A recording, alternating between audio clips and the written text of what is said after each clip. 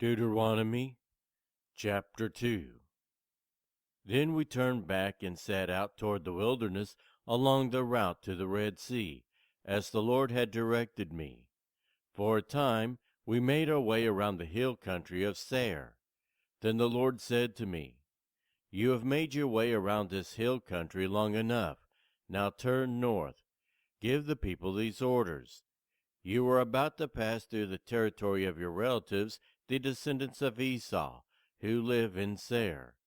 They will be afraid of you, but be very careful. Do not provoke them to war, for I will not give you any of their land, not even enough to put your foot on. I have given Esau the hill country of Seir as his own. You are to pay them in silver for the food you eat and the water you drink. The Lord your God has blessed you in all the work of your hands.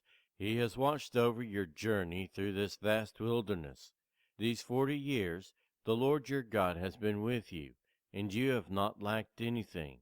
So we went on past our relatives, the descendants of Esau, who live in Seir. We turned from the Arabah road, which comes up from Aloth and Ezion Geber, and traveled along the desert road of Moab.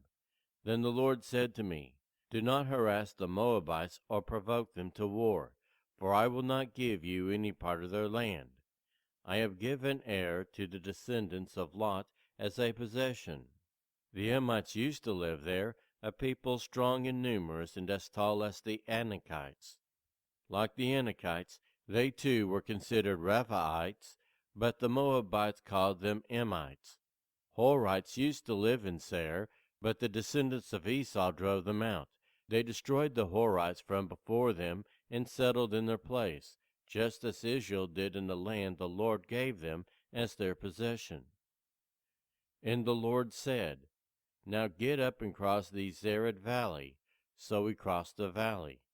38 years passed from the time we left Kadesh Barnea until we crossed the Zered valley.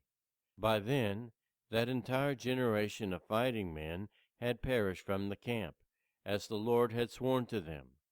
The Lord's hand was against them until he had completely eliminated them from the camp.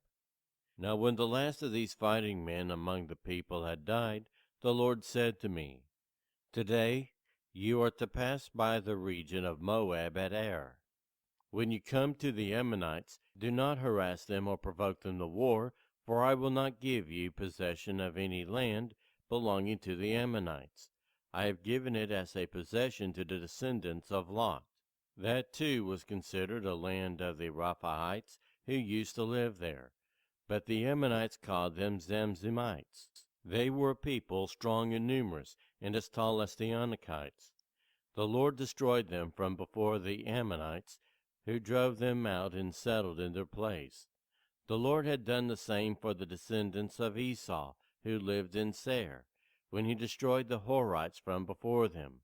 They have drove them out and have lived in their place to this day. And as for the Avites who lived in the villages as far as Gaza, the Caphtorites coming out from Caphdor destroyed them and settled in their place. Set out now and cross the Arnon Gorge. See, I have given into your hand Sihon the Amorite, king of Heshbon, and his country. Begin to take possession of it and engage him in battle.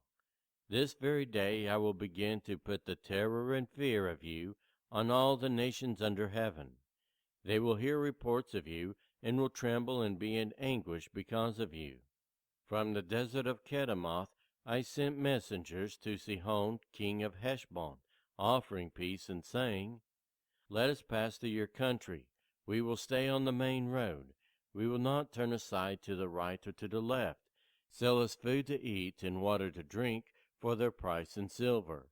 Only let us pass through on foot, as the descendants of Esau who live in Seir and the Moabites who live in Ar did for us, until we cross the Jordan into the land the Lord our God is giving us." But Sihon, king of Heshbon, refused to let us pass through.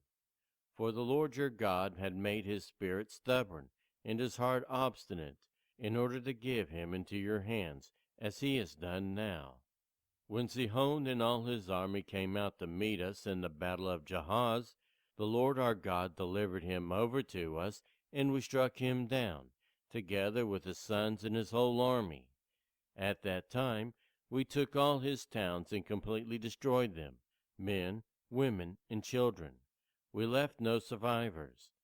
But the livestock and plunder from the towns we had captured we carried off for ourselves, from Aroer on the rim of the Arnon Gorge, and from the town in the gorge, even as far as Gilead.